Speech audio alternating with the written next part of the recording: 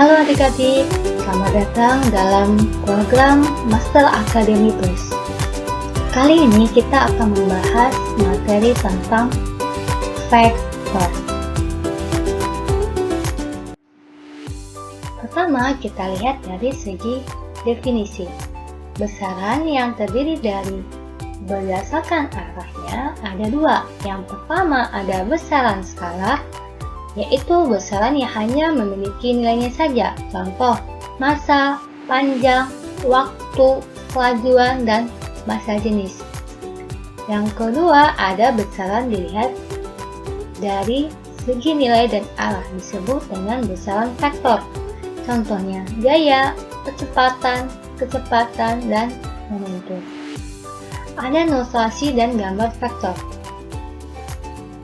Ini merupakan bentuk gambar vektor, yaitu berupa tanda panah.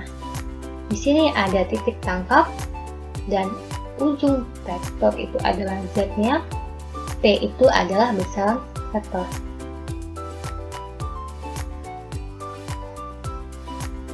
Lanjut, kita ke penjumlahan dan pengulang vektor. Penjumlahan dan pengulang vektor digunakan untuk mencari resultan vektor. Resultan vektor dapat dicari dengan menghubungkan pangkal vektor awal dengan ujung vektor akhir. Ada caranya ada tiga cara yang harus digunakan untuk menghitung resultan vektor. Ada cara segitiga, ada cara jadul genjang, dan ada cara poligon. Untuk pengurangan vektor dapat menggunakan sifat operasi hitungan. Resultan R sama dengan vektor A dikurangi vektor B. Contoh soal. Jika diketahui vektor A, vektor B, dan C sebagai berikut, ada vektor A yang arah Y-nya positif, dan vektor B ke arah X positif, C itu ke arah Y positif. Tentukan resultan vektor A plus B, A min B, A min C. Kita coba jawab yang pertama dulu, vektor A plus B. Resultan A plus B, vektor A yang ke arah Y positif, B ke X positif, dari titik pangkalnya vektor A sampai ke ujung vektor B, sehingga resultannya A plus B. Resultan A min B, yang dimana A-nya ada Y positif, tadi bawah B-nya tadi X positif, yang diminta min B, tinggal berbalik arah, yang arahnya ke X negatif. Jadi resultannya R sama dengan A min B. Resultan A min C, A ke arah Y positif, C yang tadinya ke arah Y positif diarahkan ke arah Y negatif karena membentuk yang diminta adalah resultan A min C, sehingga resultannya R sama dengan A min C. Di dalam vektor kita harus mengetahui tentang trigonometri sederhana. Di sini ada nilai perbandingan trigonometri, ada sin theta, cos theta, dan tan theta. Ini merupakan segitiga istimewa dan sudut-sudut istimewa. Sudut ini ada sin, cos, tan. Ada sudut istimewa 0, 30, 45, 60, 90, 37, dan 53. Sudut istimewa ini sering dijumpai di dalam bentuk soal. Oke. Baik, kita lanjut. Nah, di sini ada Y, garis disumbu Y, di sini ada garis disumbu X, dan di sini ada garis miring. Ini adalah membentuk sudut, dan ini bentuk adalah segitiga. Siku-siku. Di sini ada sumbu Y, di sini ada sumbu X, dan ini adalah R. Sehingga untuk menghitung sin, dari tadi bawah sin adalah depan sudut dan miring. Depan sudut ada Y, miringnya ada R, sehingga sin itu Y per R. Cos itu adalah samping sudut dan miring. Samping sudut adalah X, miringnya adalah R, sehingga cos theta X per R. Dan tan theta adalah Y per X. Tan theta, tan itu adalah depan sudut dan samping sudut, sehingga Y per X. Oke, lanjut ke penjumlahan vektor secara analitik. Sebuah vektor dapat diuraikan menjadi dua buah vektor pada sumbu horizontal X dan sumbu vertikal Y.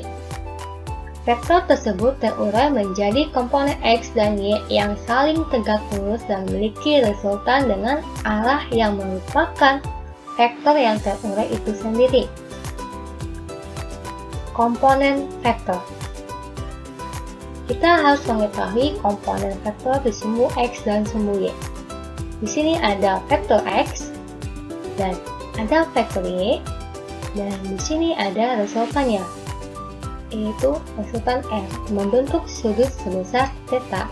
Sehingga untuk menghitung komponen vektor di sumbu X, X sama dengan R kali cos theta, Y sama dengan R sin theta.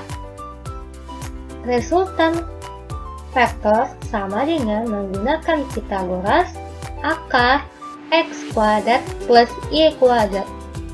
Jika ditanya tan theta atau sudutnya, sama dengan Y per X.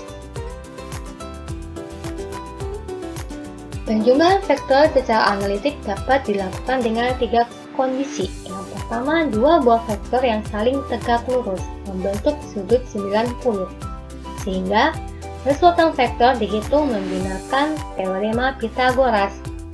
R sama dengan akar X kuadrat plus Y kuadrat. Arah resultan terhadap sumbu X dapat dihitung menggunakan sudut theta sama dengan tan inverse Y per X. Yang kedua, dua buah vektor yang tidak tegak lurus. Di sini ada vektor A, ada vektor B membentuk sudut sebesar theta, artinya sudutnya kurang dari 90, sehingga resultan R-nya membentuk derajat genjang. Vektor yang digunakan untuk menghitung resultan menggunakan persamaan kosinus. R sama dengan akar A kuadrat plus B kuadrat plus 2AB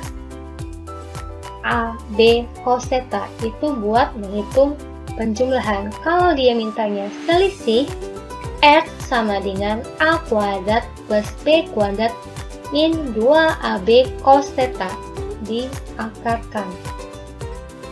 Jika yang ditanya ada arah resultan terhadap sumbu X, dapat dihitung dengan persamaan sinus bahwa B sin alfa, jadi B itu merupakan sin alfa, sebenarnya A itu ada sin beta, R itu ada sin gamma-nya.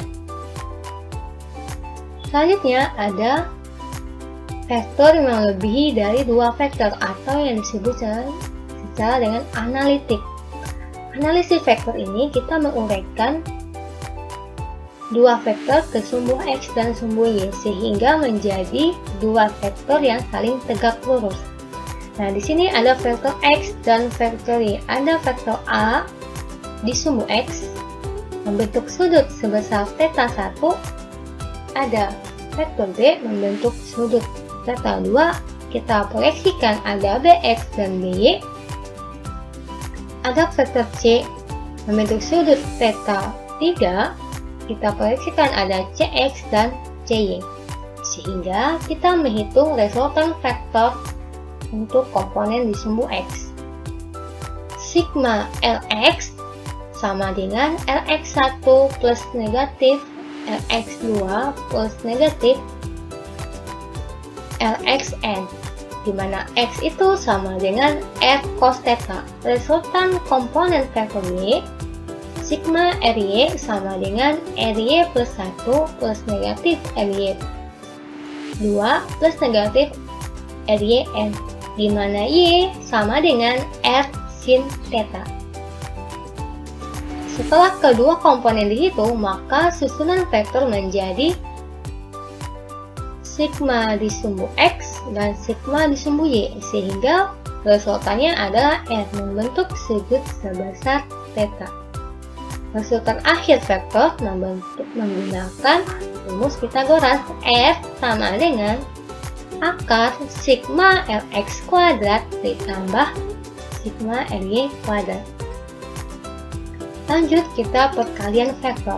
Perkalian vektor terdiri dari dua, yaitu perkalian titik dan perkalian silang. Perkalian titik atau perkalian skalar menghasilkan besaran A dot B sama dengan panjang A panjang B kali cos theta. Perkalian skalar diketahui memiliki sifatnya, identitasnya adalah A dot A sama dengan A kuadrat. Lanjut, ada perkalian vektor silang atau cross menghasilkan dua vektor yang saling tegak lurus terhadap dua vektor yang dikali silang memiliki definisi A cross B sama dengan panjang A panjang B kali sin theta. Perkalian vektor dengan vektor basis dengan panjang A membentuk matriks ada X1, Y1, Z1 dan panjang B vektor B X2, Y2, Z2, sehingga kita dapat menggunakan perhitungan menggunakan secara matriks. Oke, kita lanjut ke sifat perkalian vektor pada perkalian vektor silang. Ada identitasnya A cross A sama dengan 0. Ketika vektor satuan I cross I, C cross C, K cross K sama dengan 0. I cross J sama dengan K. Begitu juga ada J cross K sama dengan I, K cross I sama dengan J. Oke, bentuk penulisan vektor. Vektor posisi ditulis dengan notasi vektor terhadap titik acuan. Contoh, vektor posisi A dari O, kita tulis bentuknya OA dengan bentuk vektor. Ada garis vektornya. Yang kedua, ada vektor basis yang ditulis dengan dalam bentuk vektor satuan. Vektor satuan ada sumbu X, ada I, sumbu Y adalah Z, sumbu Z adalah K. Vektor A sama dengan X dot I plus Y dot Z plus Z dot K, sehingga untuk menghitung panjang nilai vektor A tinggal diangkatkan. Oke, kita ke soal latihan. Gaya 6 Newton yang bergerak ke arah utara dan gaya 8 Newton bergerak ke arah barat dilambangkan dengan vektor. Tentukan resultan dan arahnya. Kita gambarkan dulu. Yang pertama ada yang ke arah ke utara dengan nilainya 6 Newton. Selanjutnya ada ke arah barat 8 Newton. Selanjutnya tentukan resultannya. Ini adalah nilai F. Karena bentuk vektornya adalah segitiga siku-siku, sehingga kita bisa menghitung menggunakan Pitagoras. Jadi F sama dengan akar 6 kuadrat ditambah min 8 kuadrat. Kenapa min? Karena arahnya ke arah barat, X negatif. Sehingga kita hitung R sama dengan akar 36 plus 64 sama dengan akar 100 sama dengan 10. Jika ditanya arah sudut, tanya Y per X. 6 per 8 kita sederhanakan menjadi 3 per 4. Sehingga sudutnya tan inverse 3 per 4. Artinya sudut berapakah yang pada tan theta yang nilainya 3 per 4 pada sudut 37 derajat.